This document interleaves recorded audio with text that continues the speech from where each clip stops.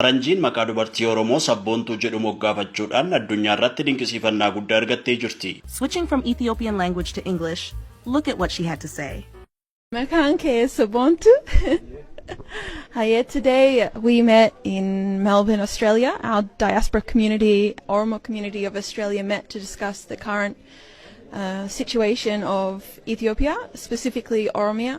Dubartiin kun amma mootummaa Austraaliyaa dabalatee kaanis ishee barbaaduu irratti argamu. Kun seenaa dhugaa soba irratti hundaa'edha. Kun akkaataa fiilmiin haaraa waa'ee sabboontuu dalagamee itti eegaluudha. Maqaan addunyaan ittiin ishee beeku Bill Gibsonidha. Hawaasni Oromoo garuu maqaa sabboontuu naan moggaase jechuudhaan dubbattee turte. Jalqaba akka leellifamtee fi raajeffamte miti. Bakka durii isin jirtu. Bakki isheen jirtu ammatti wanti beekamaan hin jiru. Mootummaan Austraaliyaas barbaaduu irratti argama. Yeroo xumuraaf miidiyaatti as baatee uummatatti kan mul'atte mataatti shaarbii maratte waa'ee qabsoo uummata Oromoo, waa'ee ministeera muummee Abiy, waa'ee Jawaar Mohammad yeroo dubbatteedha.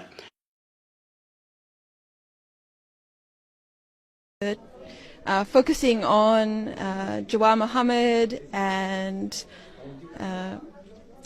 Abiy Ahmed and the current political situation.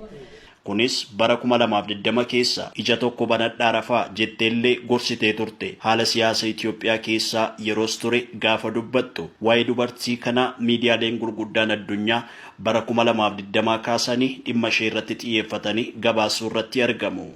My involvement in the Oromo community has been for the last 4 years, and it started through volunteering, and then I became deeply invested in the community because I saw the character and the values of your people.